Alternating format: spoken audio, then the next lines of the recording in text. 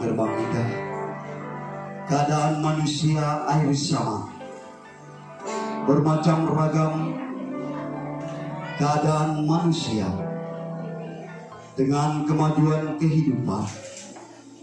Manusia banyak yang menjadi budak setan, bekerja sebagai wanita penghibur.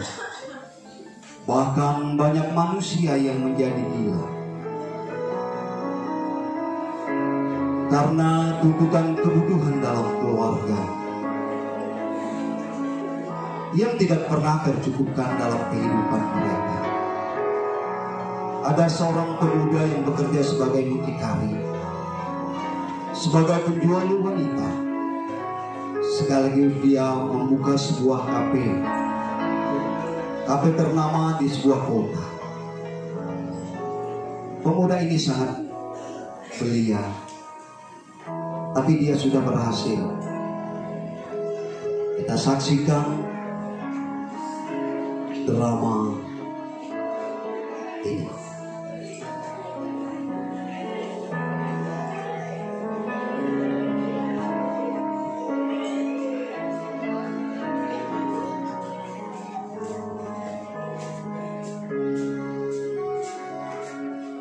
Dia mempersiapkan segala sesuatu di sebuah perusahaannya. Dia mulai membuka sebuah kafe dengan berbagai macam aksesoris yang ada. Ada dua orang wanita muda yang sekaligus mata pencarian dalam kafenya. Setiap malam mereka menghibur laki-laki berhidung belang.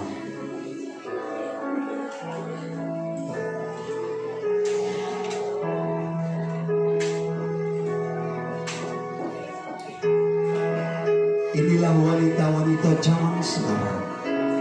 Mereka tidak mengenal Tuhan lagi. Bahkan mereka tidak tahu bagaimana kehidupan mereka. Orang tua mereka berpikir kalau mereka bekerja dengan kehidupan yang baik, tapi ternyata mereka bekerja di sebuah kafe.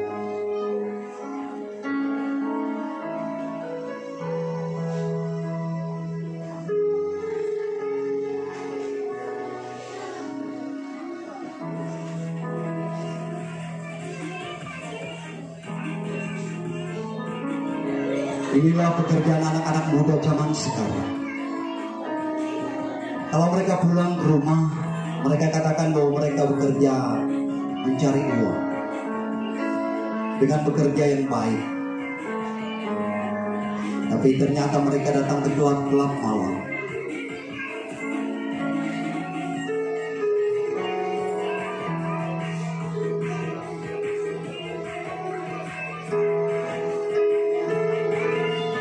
Salah seorang wanita yang satu ini,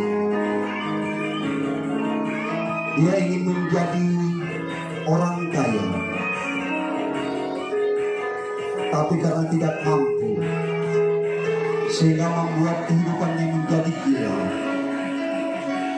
Dia gila harta.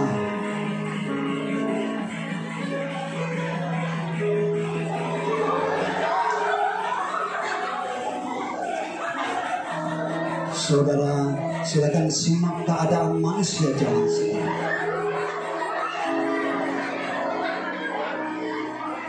Wanita ini separuh bayan.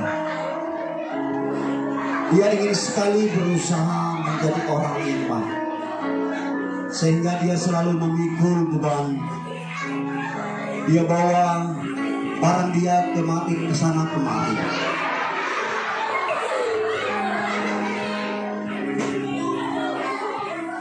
Kadangkala dia duduk di pinggiran jalan, hanya menunggu belas kasihan orang, hanya makan di pinggir jalan.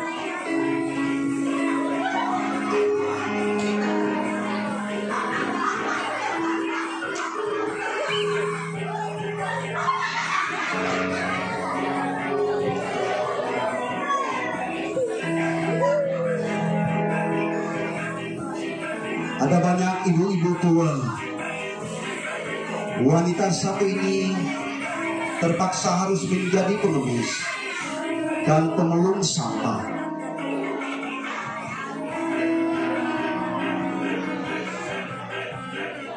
Kehidupan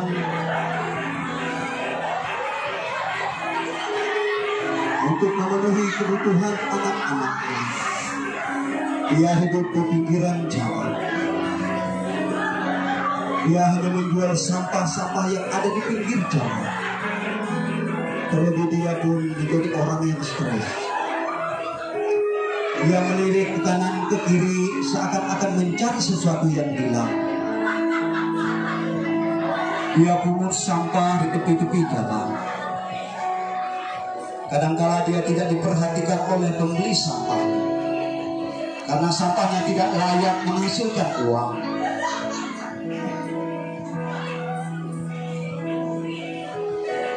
Dikarenakan kehidupannya yang tidak mampu, dia harus memenuhi kebutuhan dalam keluarganya.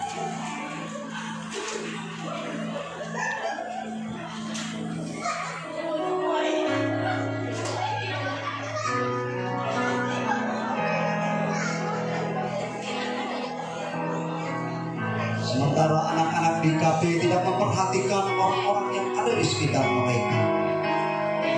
Mereka asik dengan goyang mereka, dengan tarian mereka di kafe. Mereka tidak memperdulikan orang lain yang ada di sekitar mereka. Salah seorang wanita yang ditinggalkan oleh sang suami dan ditinggalkan oleh seorang anaknya. Dia terpaksa harus mencuri karena tidak ada penghasilan dalam kehidupannya. Sementara suami dan anaknya jauh pergi dari kehidupan. Dia seringkali mencuri di warung-warung karena kebutuhan dalam keluarganya dan untuk dia mengisi perutnya yang kosong.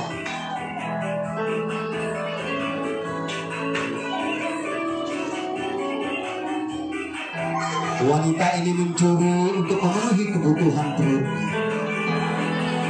Karena pada waktu dia mencuri yang pertama kali, dia tidak ketahuan dan tidak tertangkap. Tetapi saat dia mengulang kembali perbuatan jahatnya,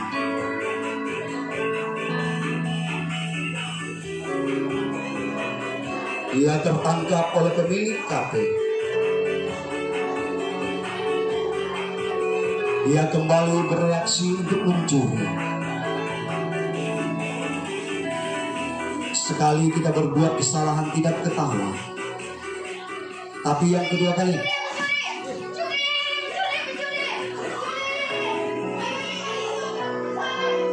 akhirnya pencuri tertangkap dan mereka tahan di kafe mereka.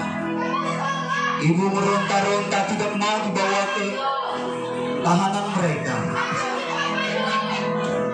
Dia tertangkap dan ditahan menjadi sandera bos kafe.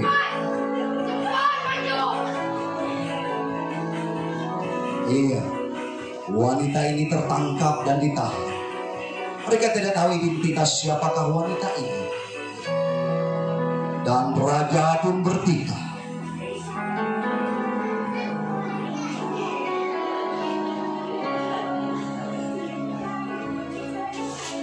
Raja ingin membersihkan keadaan kotanya. Raja datang dengan kedua ajudannya dan pasukan tentara.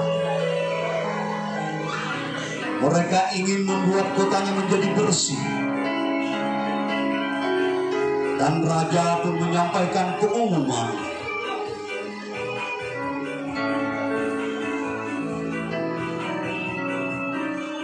Iya, sang ajudan mengambil kursi kerajaan, sementara wanita tahanan tetap disandera. Dan raja membaca pengumuman untuk ketertiban.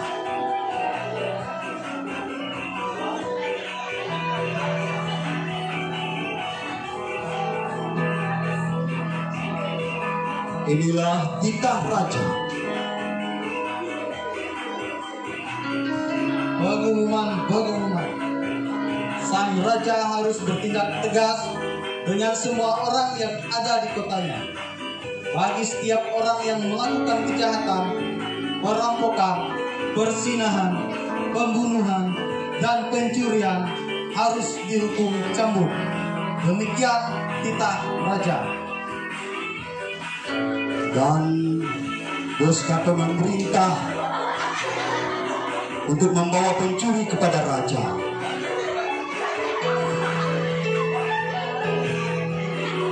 Silakan.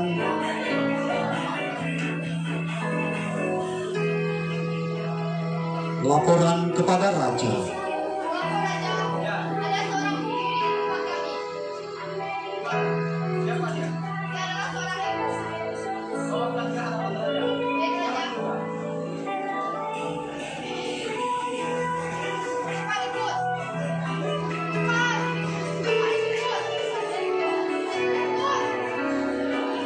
Wanita ini meronta-ronta tidak mau dibawa ke pengadilan raja karena dia takut dicambuk sebanyak 50 kali.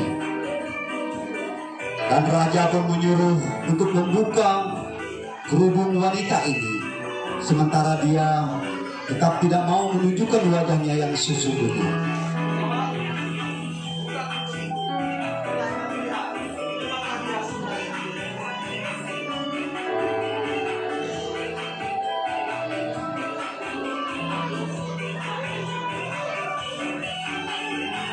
Wanita ini meronta tidak mau dibuka untuk penutup wajahnya karena dia malu. Ternyata wanita ini adalah ibu raja.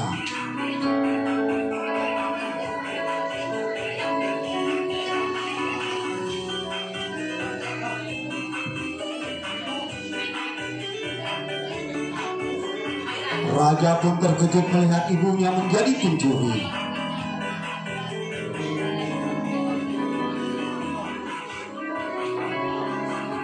Ibunya berkata, dia mencuri terpaksa karena tidak ada makanan di rumah. Dan raja pun harus bertindak tegas. Kita melihat apa keputusan raja terhadap ibunya. Apakah dia tetap mencambuk sang ibu yang melahirkan dia ke dalam dunia? Sebagai seorang raja yang adil, sebagai seorang raja yang bijaksana, maka setiap kejahatan, setiap perbuatan yang tidak berkenan akan mendapatkan hukuman yang setimpal tanpa kecuali. Maka dari itu, saya akan menggantikan ibunda untuk dihukum. Pengawal, cepat cambuk saya. Raja berkorban untuk dicambuk demi sang ibu. Salah ibunda saya. Cepat. Dan raja pun mempersilakan dirinya dicambuk oleh pengawalnya. Dan ibunya menangis melihat anaknya. Dan dia melarang untuk mencambuk anaknya karena dia takut anaknya kesakitan. Tetapi tetap dicambuk dan raja meronta kesakitan. Sementara dia harus tegas dengan keputusan yang telah dia katakan kepada masyarakat.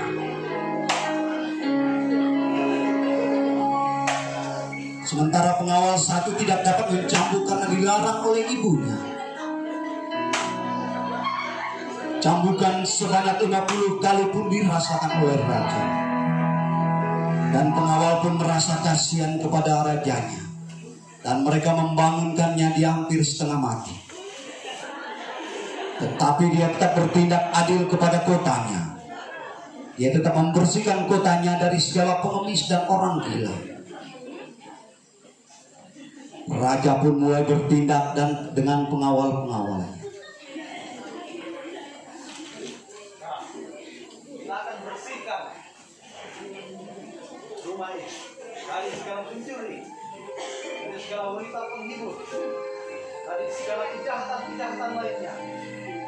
Kita akan membasmi mereka. Sekarang juga, pengawal, dia beri apa?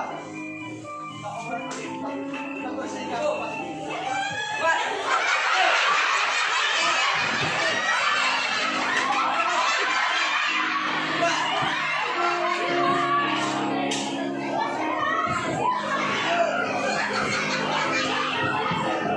Wanita gila ini meronta tidak mau, tetapi pengawal tetap membawanya pulang dan ingin mendapat perintah lagi dari raja. Mereka membasmi dan membawa seorang pengemis untuk lari dari kota. Pengemis pun tidak mau dibawa karena dia tahu bahwa di situ banyak penghasilan. Dia tidak mau dibawa pergi. Dan wanita ini pun masuk dalam tahanan mereka. Wanita ini tidak mau dan dia menangis. Dia masuk dalam tahanan raja kembali. Raja pun memerintah pasukannya kembali.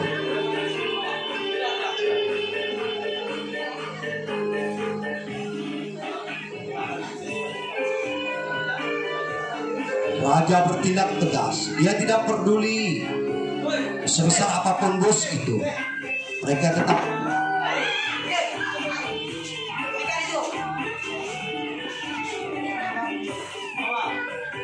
petugas pun membersihkan sekitar mereka.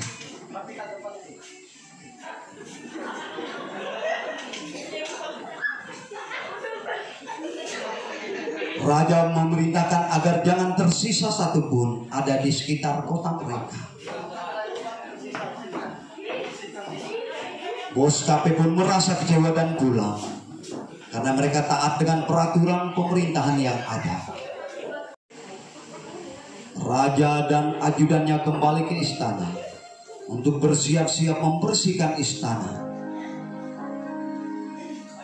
Demikianlah drama yang diperankan oleh gabungan persekutuan kaum pria, persekutuan Amki dan persekutuan kaum wanita. Satu pujian akan mereka naikkan di hadapan Tuhan.